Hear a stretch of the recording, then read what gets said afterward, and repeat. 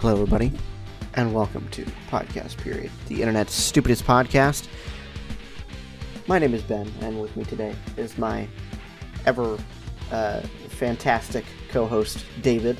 I thought that was going somewhere else for a quick minute. I was trying to make it go. Coming on. It was going to be an insult, but I couldn't think of one fast enough. Okay, so my intuition was correct. It was correct, but you were still incorrect, so goes to show you don't assume things, David. You know what to say about assuming things. Yeah, you just made one of yourself by trying to insult me. That's not true. I saved it, David. I saved it. Anywho. Anyways, so this is episode 22 of Podcast Period. We're going to do the same thing as the last few episodes. Start it with some news, go into some discussion topics, and watch some trailers that we both have found and react to them. So the first segment that we've got going on is the news. So let's see. First thing I've got is a little article about The Mandalorian, which, if you didn't know, is a series on Disney Plus, the new streaming platform from Disney. Apparently, the actual episodes, while listed as HDR in the app and even on my TV, when I watched it on my TV, it is not actually HDR.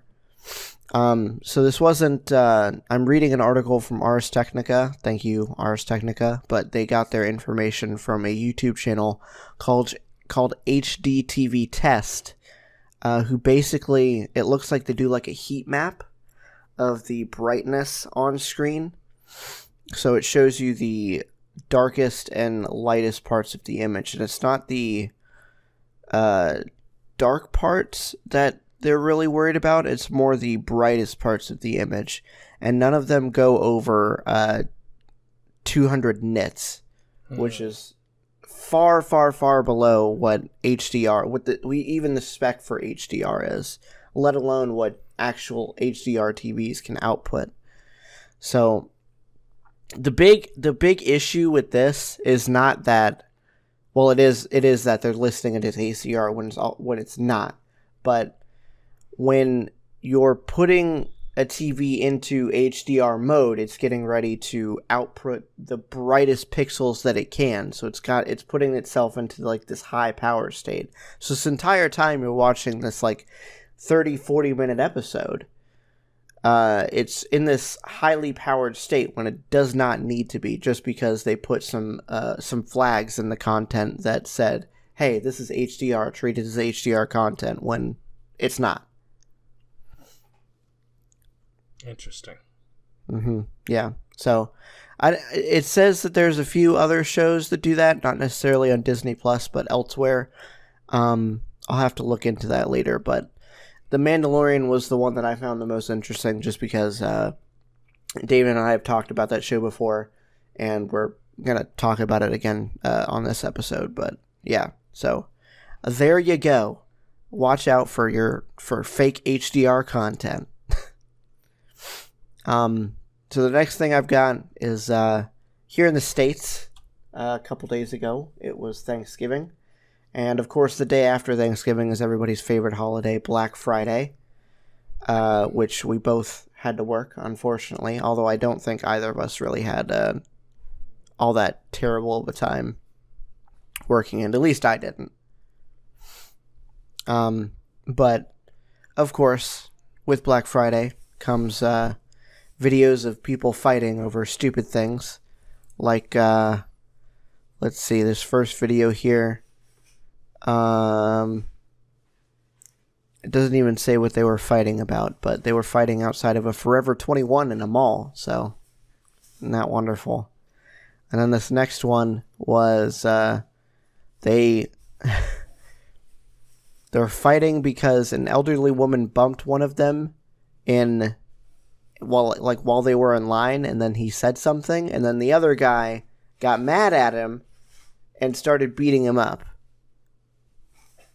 So there's that. The next one that's on here is, again, another one that doesn't say what the actual cause of the fight is, but it looks like it's a couple of ladies that's doing it. So, that's wonderful. Hendersonville, Tennessee, a Walmart. This is a theme we've got going on here. Almost like Walmart is the cause of all these fights anyway. Another one at Walmart. This one's in a video. It's got a bunch of pictures of people fighting over, TVs and a bunch of other electronic junk. And then there's also a video of somebody fighting over vacuum cleaner. So there you go. If you guys don't live in America, you are very, very lucky. I did see another video earlier today of Black Friday at a Canadian Best Buy. That is the most polite line I've ever seen in my life. They were inviting other people to go in there first and then high-fiving all of the employees all on the way in. It was crazy. Only in America could we pay thanks for what we're thankful for on one day and then turn around and act like a bunch of savages the next. Yeah. I'm surprised that we haven't heard anything about anybody getting seriously injured yet. I don't understand. I really don't. And neither do I. All right, so what I've got next is another breach of a company, rather of a company's database. This database is run by True Dialogue. It's it's an SMS provider for larger institutions, so they can send out mass text messages to customers and for in universities' case their students about if the campus is closed or whatever. So most of what was in there was pretty innocuous, but in that same database, they also had two-factor authentication codes and other security messages, which, were tied to these people's accounts. So anybody that got into this database now has not necessarily access to the accounts with the two-factor authentication codes, just because those are probably expired already. But depending on what the other messages are, that could be a big security breach. Oh, and it also had usernames and passwords of their customers, so that's also wonderful. How am I not surprised? That is amazing. Honestly. Oh my gosh. Who looks at this and think that it's a good idea to store all of that stuff into one database? Yeah, sure, let's store all of the text messages plus the customers' usernames and passwords all in this one place where if it was to get hacked, I guess they just have everything now. That's okay. No big deal. That's not a security risk at all. Well, the only thing that would make the icing on the cake in this case would be as if they stored it in plain text format and didn't even encrypt it. It doesn't say whether or not they did that, but honestly, considering the rest of their security, it would not surprise me. Let's be real. Because you hear about so many of these types of breaches, and it's always some idiot left something on a server, and it's in plain text format, not even encrypted. It's yeah, come on, really? Thanks, guys. It's wonderful. And the last thing that I have is a little news story about good old Twitter. Apparently, they are going to be deleting accounts that are, I believe it's inactive for over 6 months. As far as I know, any activity it counts as something. So even if you just like a post or whatever, that's no big deal. You're still good. But this is more to combat username squatting or handle squatting, however you want to call it. So if somebody has this really desirable username and they literally just claimed it to claim it, they weren't even going to use it. Now, unless they log back in and do something with it, the account is kind of forfeit. So after the account is deleted, whoever wants it can go back in and change their handle over to it. So it's I would say it's not really, I don't know. I don't see anything wrong with this except for in the case of like maybe a dead celebrity or something like that. That would be kind of They should probably have some human intervention in like the account deletion process. But beyond that, I don't really see anything wrong going with this at all. I guess it just depends on how they implement it and what the criteria of an inactive account, because I know a lot of people, and I'm one of those people, that it just doesn't really strike me to have to post a lot of things on Twitter.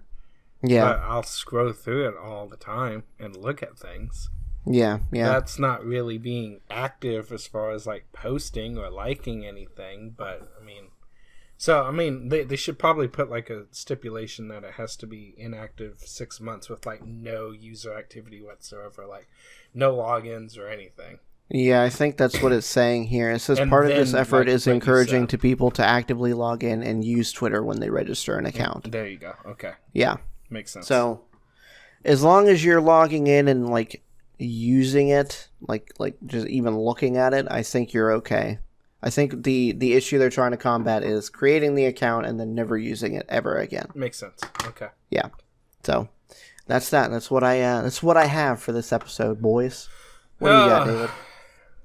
So, I guess the president of Brazil has it in his mind that Leonardo DiCaprio has somehow funded the wildfires that were in the forest. It's very weird, and I don't understand what was going on with this, but Leo had to come out and actively refute claims that he funded the Amazon wildfires. What is that? What does anybody gain by funding a forest fire? It's so views. Stupid. They're pushing the political views on things and having a reason for their stuff to be valid, I guess. I mean, I can't believe that somebody would say this, but it's whatever. Yeah. It just goes to the state of mind of their current leader, who has all but made things like this even more possible by like taking down restrictions on logging and everything that is leading up to things like this happening. So it was just funny to me that, he has to go out and publicly state, no, I did not fund these wildfires. Blah, blah, blah, blah, blah. It's so stupid. It's like, who thought you did?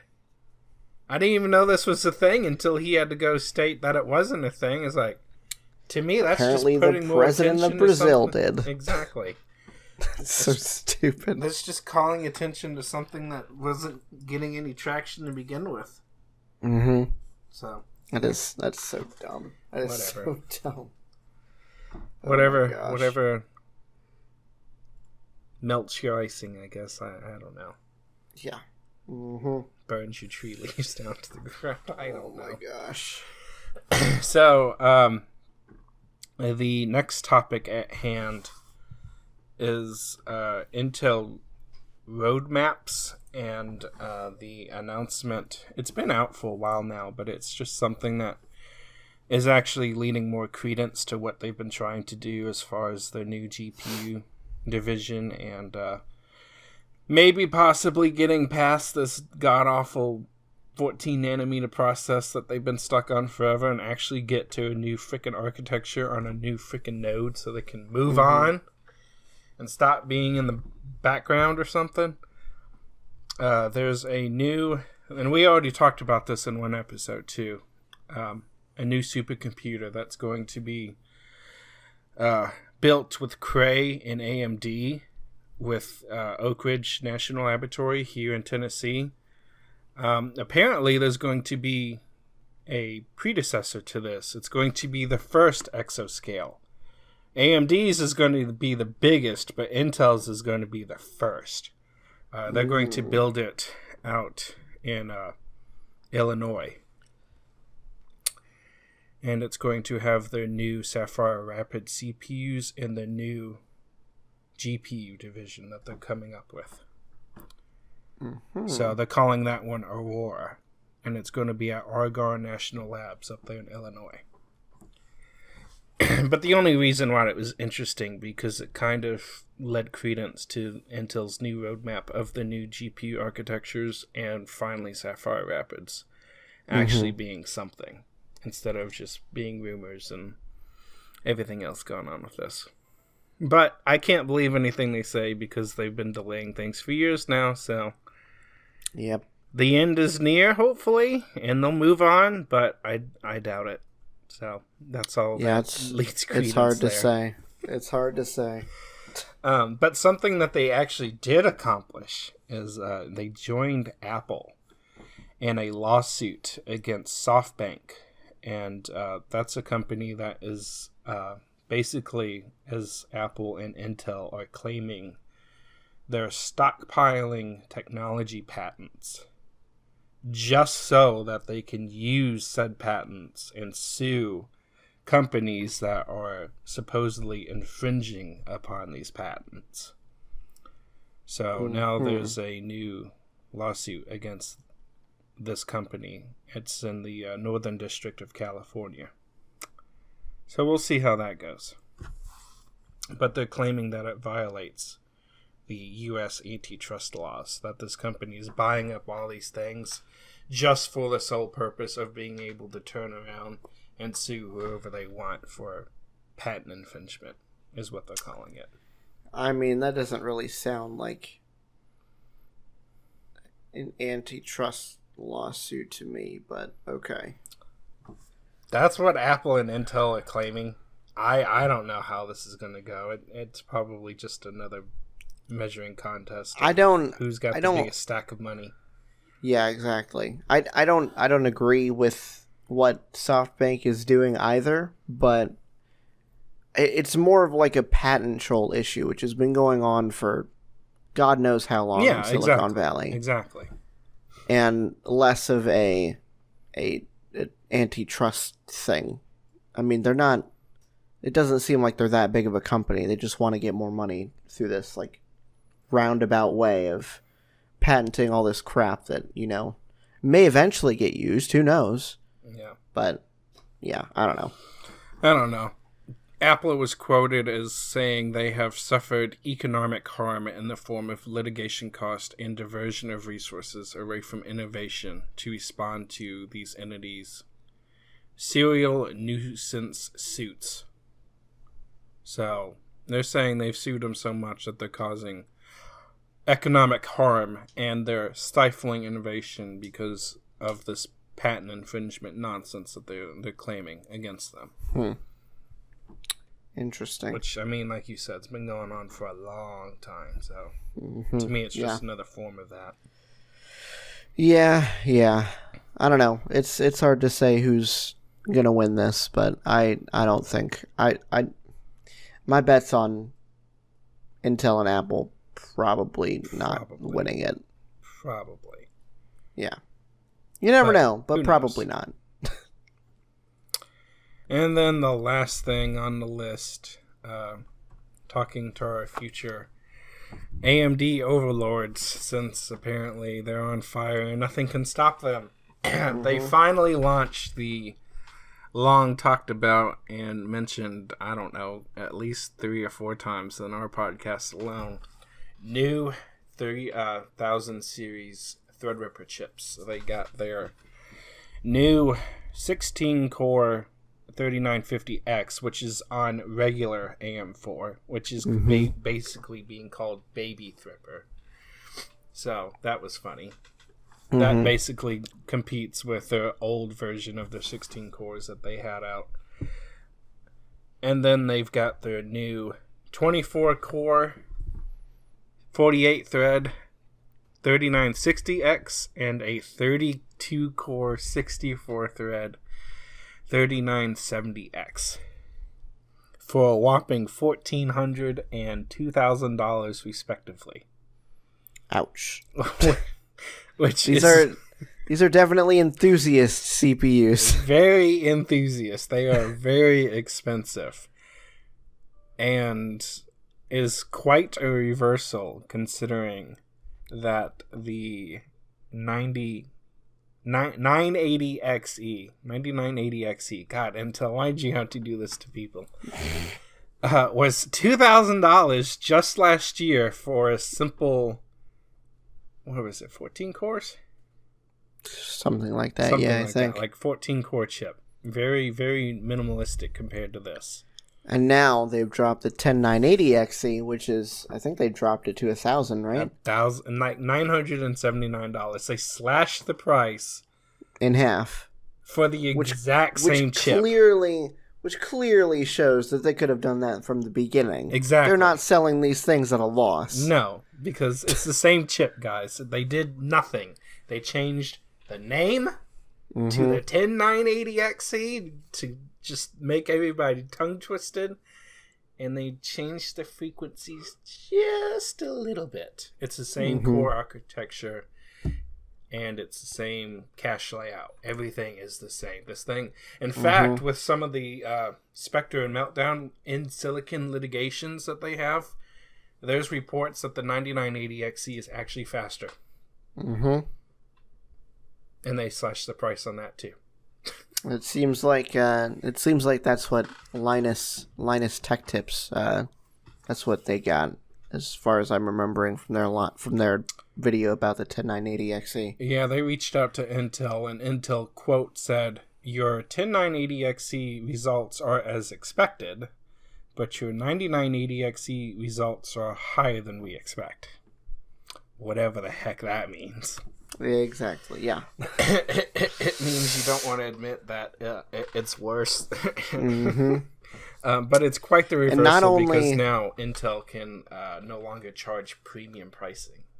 And now, not only is it worse than the previous 9980XE, it is also, on the same day it released, it's already obsolete because of these Threadripper chips, which, granted, are either $400 or $1,000 more, but you're getting 24 core 38 or 48 thread or 32 core 64 thread chips versus 18 cores. That's what it is, because the 16 cores of the 3950X is in some ways outperforming the 18 cores of the 10980XE. Yeah. So with two less cores, they're already starting to catch up and beat it. Now add 24 or 32 on top of that, and there may even be a 64-core version. Eventually coming. It's disgusting.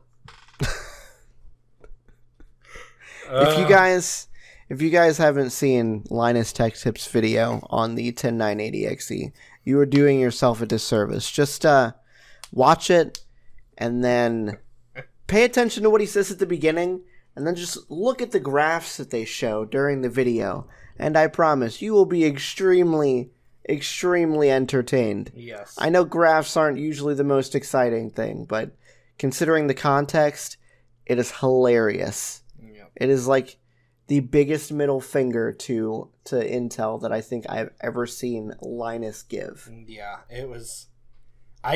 Because he told me about what they did to the graphs. I had listened to it on the way to work in the car.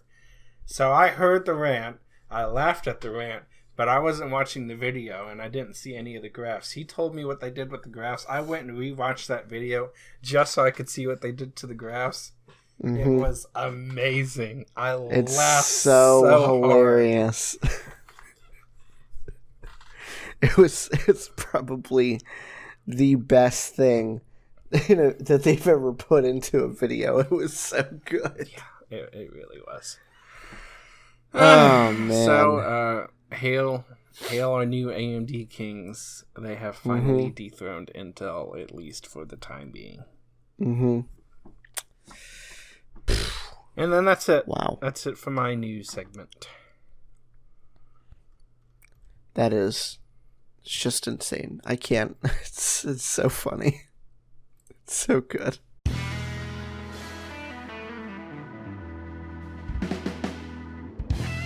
Today's episode of Podcast Period is sponsored by, well, you.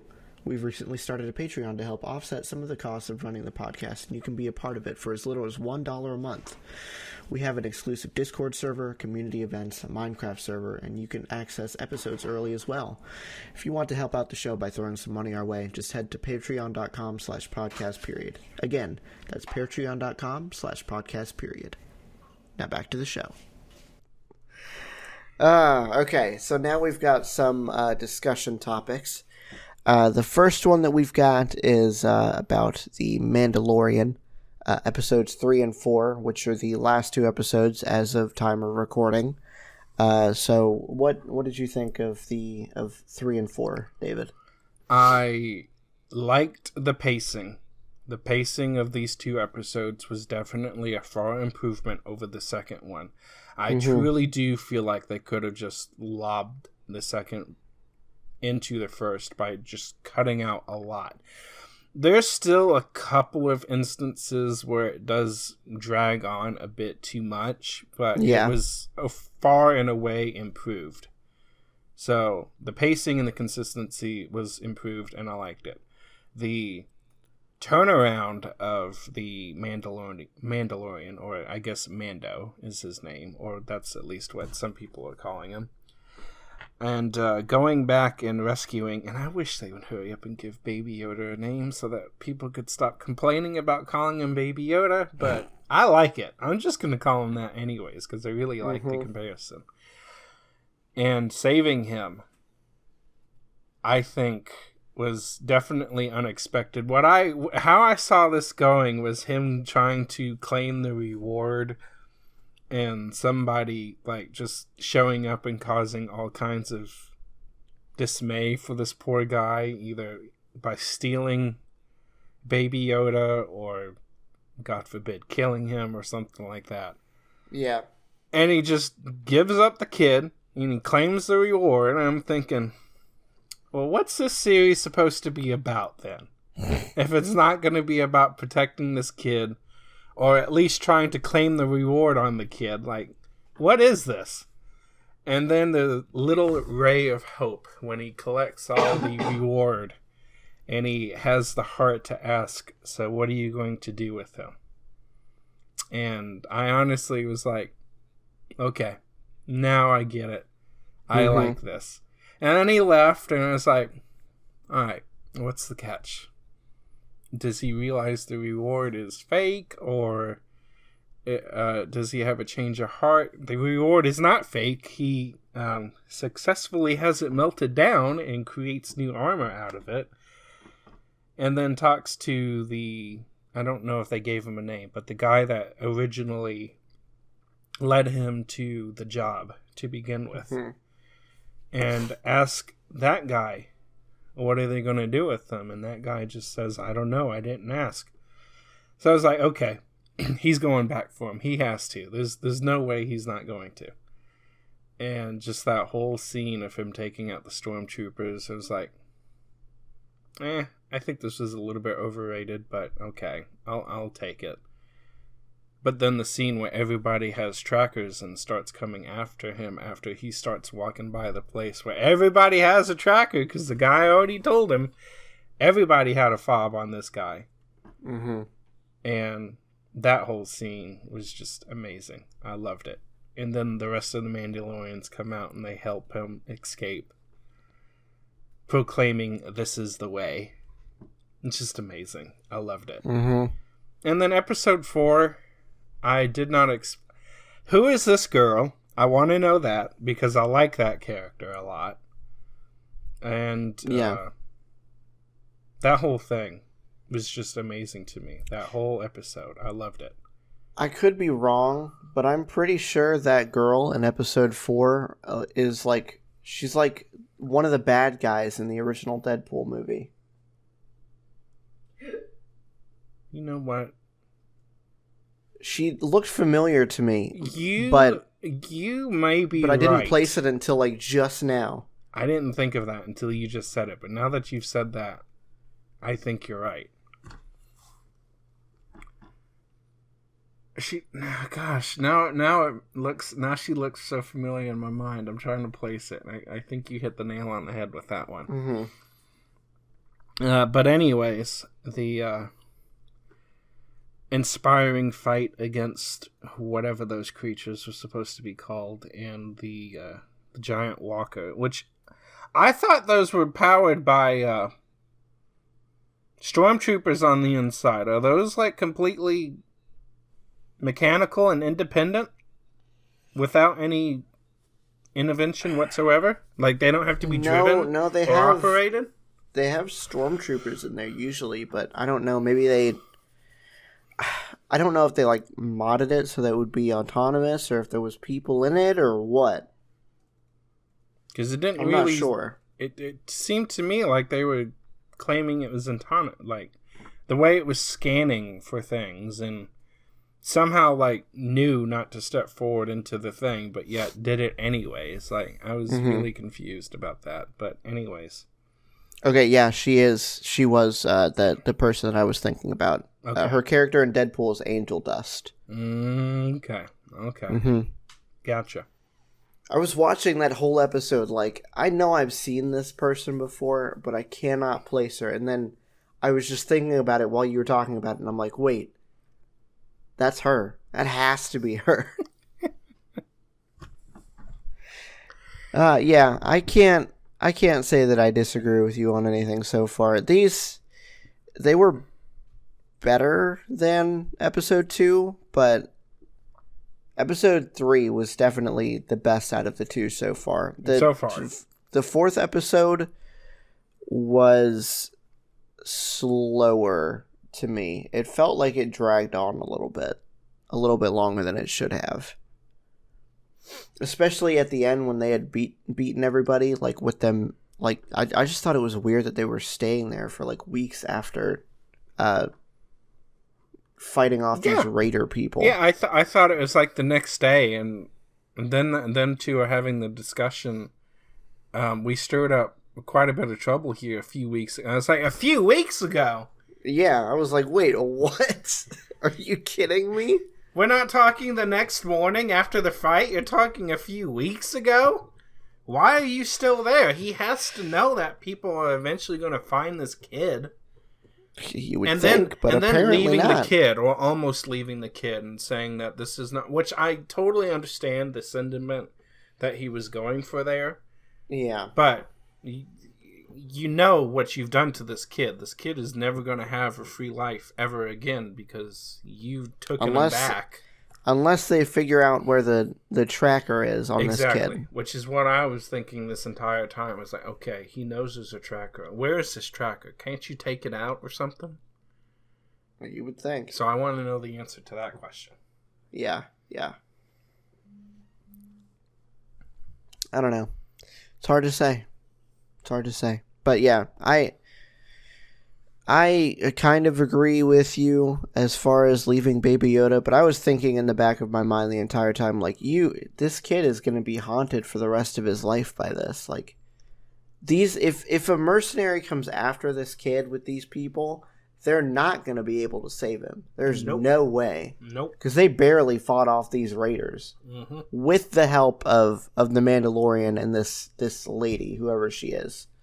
So, I don't know.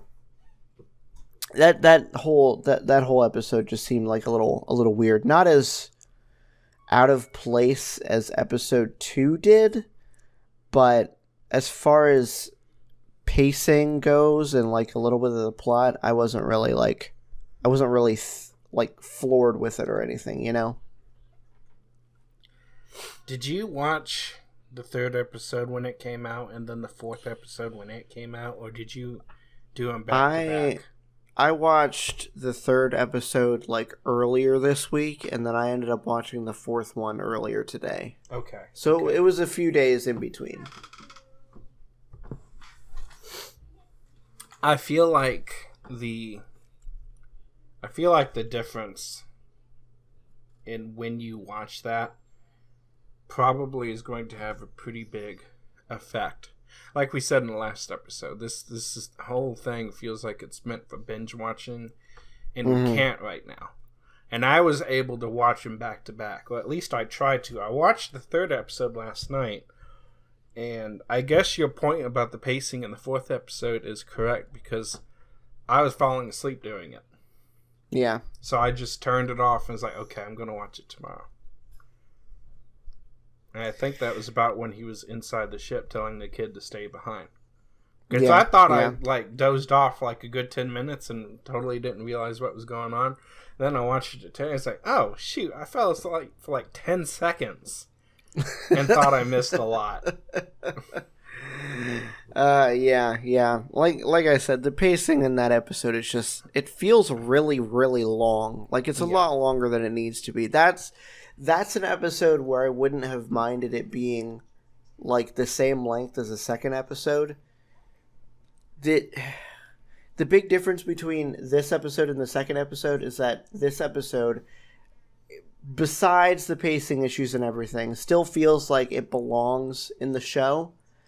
The second episode is kind of just like, I don't know, it's just kind of there as far as the series goes. It's kind of there, and it also, I still have the question, what really happened in the second episode? What was the point? Was at least something, now, I in the overall arching point of the series, as it stands now, I agree with you on episode 4 being maybe something that doesn't belong, but at least something happened. Yeah. At least it was entertaining in its own thing. Whereas 2 is just, the only thing interesting happened is Baby Yoda uses the Force. Which they still haven't used again. Which I kind of want to know what's going to happen with that. They can't just tease it once and it not be. I would hope not. Thing. Or at least I wonder if he's gonna like run into like a Jedi or something, and then the Jedi's gonna sense that this kid is like Force sensitive or something. I don't know. Problem is there isn't any Jedi. It's what? It's going off in the background. I hate it. Anyway, yeah. I don't know. I enjoyed the 3 and 4 way more than I did. The first one was great, but the second one, not so much. Yeah, I agree. All right, so what we've got next is Black Friday. What are your genuine, honest opinions on Black Friday?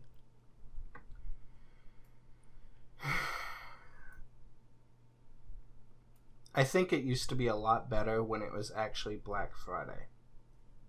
The problem with it now is that it's on Thanksgiving night. Mm-hmm. And for those who have to force themselves to, or being forced to work on Thanksgiving night, it absolutely sucks.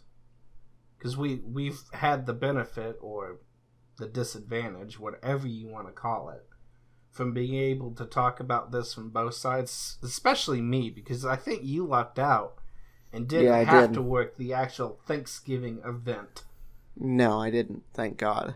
So, I think, well, you can still reference it a little bit, and you still know what I'm talking about, but having the benefit of working it from both sides, I think it's a lot better if it's actually done on Friday.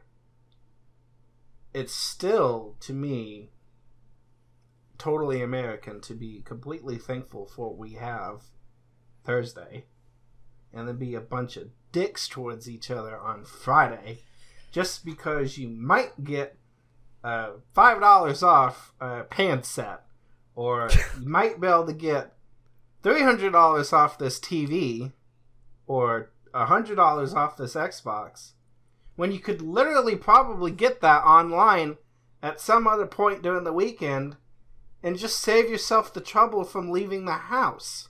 Mm-hmm. So why do we do this to ourselves? It was fun when you had to get up at 3 or 4 o'clock in the morning and actually work your way into the stores, not kicking and shoving people, mind you, but trancing out at 6 o'clock, 7 o'clock at night on Thanksgiving. I'm sorry, I'm in a food coma. How is that fun for anybody? That's just being miserable. It is not fun. That's just being miserable for no reason. Because like I said, you could just get it later in the weekend. Or Cyber Monday online. It's pointless. And then the other things that other companies are doing, like if you're talking appliances, they know to do it for the entire month because otherwise they're going to either have nothing left in stock by the time the actual event comes around, or they're going to be so slammed because everybody only has 2 days to come in and do it, or they're going to be out for 6 weeks in delivery because everybody wants delivery at the same time. They made that decision right by going through the whole month, so you don't have to go get Black Friday pricing on that stuff on Black Friday because you can just do it earlier in the month. I think they had some Black Friday only pricing stuff. They did. But for the most part, yeah, it's like a month-long thing. So I think it's silly and stupid now because it's something. My opinions would be totally different if it was actually on Friday. But it's not. It's Thursday. Yeah. I don't... like you said, I never had to actually work it, and I'm thankful for that because I would have hated it, and I know it. But fact of the matter is, I still don't agree with people, coming out on Thanksgiving and, giving these companies the reason to be open on Thanksgiving. Exactly. If nobody came out, nobody would have to be there. And granted, the companies could always just say, no, we're just going to be closed on Thanksgiving. Y'all can come in on Friday, whatever. But these people coming in and doing this is giving them way more of an incentive to keep open because anybody who disagrees is just going to leave and they'll hire another minimum wage person on. Who cares? Exactly. And then that's the same person who comes through your line and says, oh, I'm sorry you have to be here. I'm like, I wouldn't have to be if you'd stay home. Exactly. You're the reason why I'm here. Yeah, that just annoys me. Yeah, I'm real sorry you have to be here on Thanksgiving checking out all of these people, including me, because I needed a TV. No, you didn't. You could have stayed home and bought it on Amazon, fool. Exactly. I just can't. And don't be so rude and so abusive to everybody. It's not worth punching somebody over a $5 off pan set. Exactly. We all need to be like the Canadians at the Canadian Best Buy. I gotta watch that. After you, sir. Let's high five everybody. It was amazing. It was amazing. If all Black Friday was like that, even if it was on Thursday, that would be great. Granted, I would still hate it if it was on Thursday, but it would be way better if everybody was just nice, It's a lot easier to be nice when you're full of turkey than it is to be mean and hateful at other people. Exactly. And I'm not saying nice in that you say, oh, I'm sorry you have to be here on Thanksgiving. No. Nice is in not like punching somebody out because you couldn't get that $35 hairdryer that you wanted. And if people paid any attention to the majority of these deals, you probably could have got it for the same price, either 2-3 weeks down the road or 2 to 3 weeks earlier. They purposely jack up the prices before these sales just so that they can claim that it's cheaper during the sale. Yep. And even if it's not like right around this time of the year, there is deals on stuff going on all throughout the year. You just have to know where to look for it. Exactly. There's deals on tech stuff going on all the time. There's plenty of people who document that stuff. So if that's what you're into, just go subscribe to those people. Exactly. And you'll know. Anyway, yeah. So I don't think we really need to say any more about Black Friday. It's just a stupid shopping holiday that I think is kind of archaic at this point, but whatever. At this point it is. I really do think it used to be fun, but not now. When they moved it up to Thanksgiving, it just ruined it for everybody.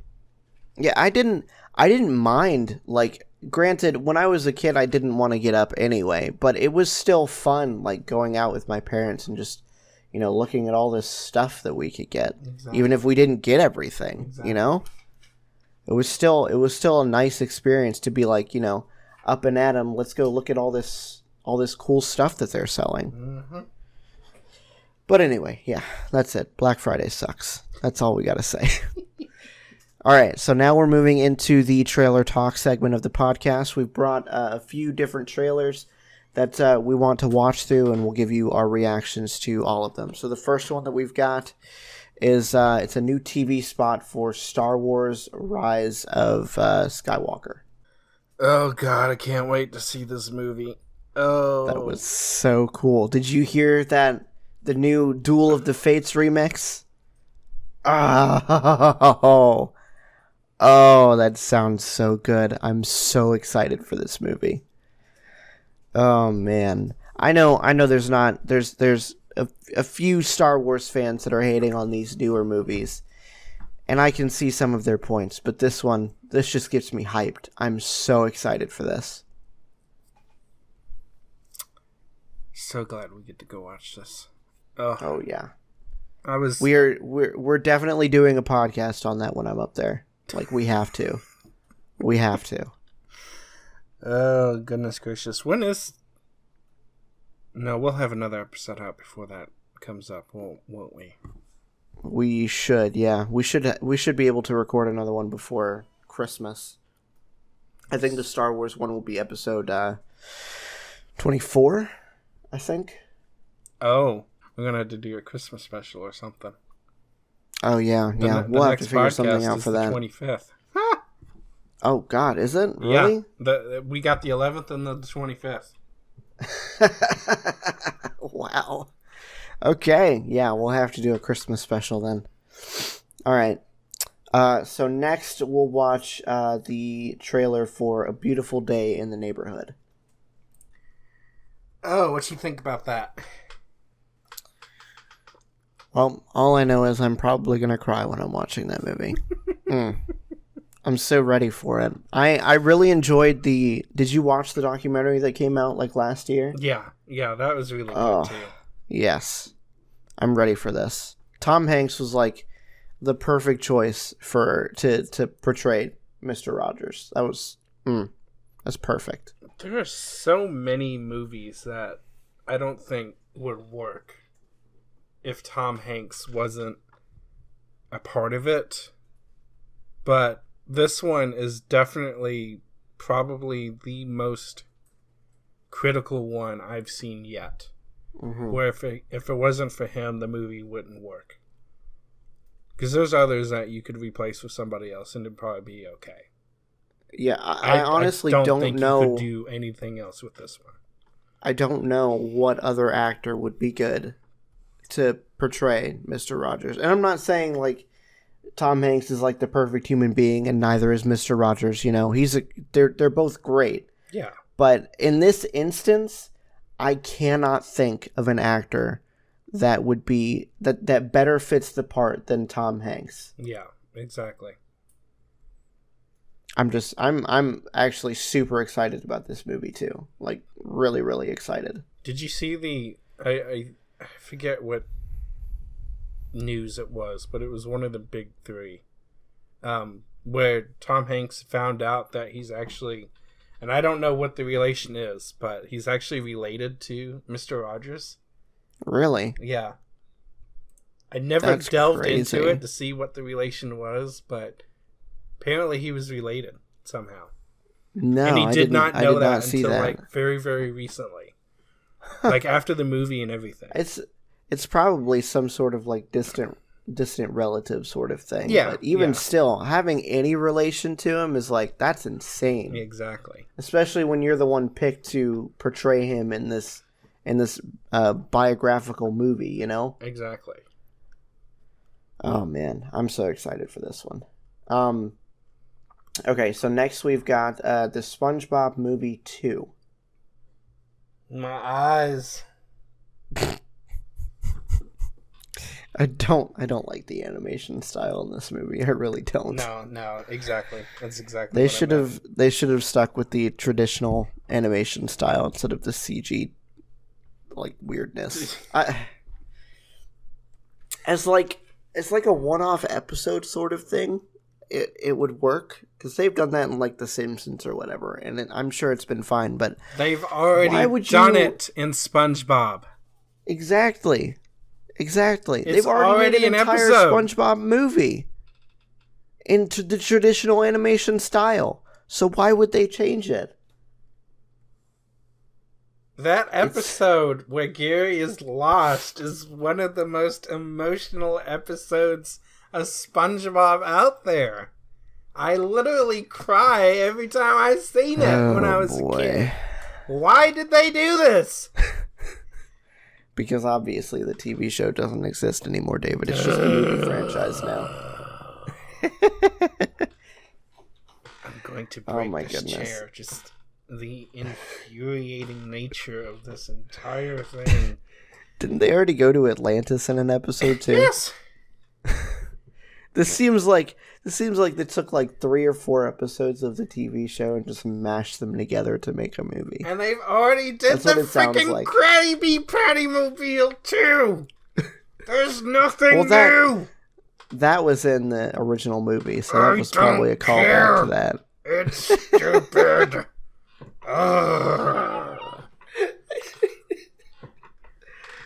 Oh boy. Okay. Time to move on. Let's move on from that train wreck. We'll watch a trailer for Knives Out. CSI KFC. Oh, God, yes. This looks like something we're going to have to watch eventually for the podcast. This looks hilarious. I think the movie's out right now. It's supposed to be like really, really, really good. So I'm excited for it. I didn't think they'd have that many. Like, at first, I recognized Daniel Craig, and I recognized Jamie Lee Curtis. I didn't recognize Catherine at first until I saw her name in the trailer. But I was like, they sure did get a lot of big actors in this, didn't they? Yeah, they did. I was like, wow. Chris Evans, too. Yeah. I almost forgot about poor Chris. Just because he doesn't have a giant A on his head anymore, David. I mean, come on. This is totally true. But I was like, in the very beginning, I was like, this seems kind of stupid. Why is Daniel Craig playing a detective? And then it just went all uphill from there. It just got funny and funny. I was like, okay, I changed my mind. I like this movie. I like the way it looks. It looks very, very interesting. Okay. KFC. Oh goodness. Yes, that was good. CSI KFC. I just about busted out laughing there. I was like, oh, I gotta hold it in. Oh man. Okay, so the last one we've got is Halo Reach: The Master Chief Collection. This is reason I wanted to watch this was because it's coming out like 2 days from now as of date of recording. Oh, is it finally coming out? Yeah, December 3rd. Thank God. December 3rd. We've been waiting for this forever. I know. We're gonna watch it and then we're gonna probably play it in a couple days if we can. You know, for something that's supposed to be remastered in 4K, it still looks really old. Yeah, I was kind of noticing that some of the character models, as far as like when they're talking or whatever, still look kind of that and dated. The movement too. It's very dated. Of course, YouTube, in its infinite wisdom, didn't utilize my full internet connection either. The first 20 seconds of it looked like heart garbage because it wasn't coming in at 1080p. But once that issue was resolved, I was like, this still looks really old, though. Yeah, I don't know. It looks good. It'll be easier to say once we're actually playing the game, I think. Exactly. Which I will withhold judgment until we can actually play it. But either way, I'm gonna play it all the way through anyway, whether it looks like it's from 2007 or from 2019. Oh, yeah. I still want to play it. No doubt. Which is why this lovely little box in my arms is going to be such a needed improvement. Mm-hmm. Are you holding it right now? I was holding it and hugging it. Oh my gosh. Oh my gosh. All right. Well, that is going to be it for this episode, guys. Thank you so much for listening. Be sure to leave a rating on whatever podcasting platform you listen on. We will be sure to read them whenever we get them. So, yeah. Thanks for listening. We will talk to you guys next time. Bye. Bye, guys.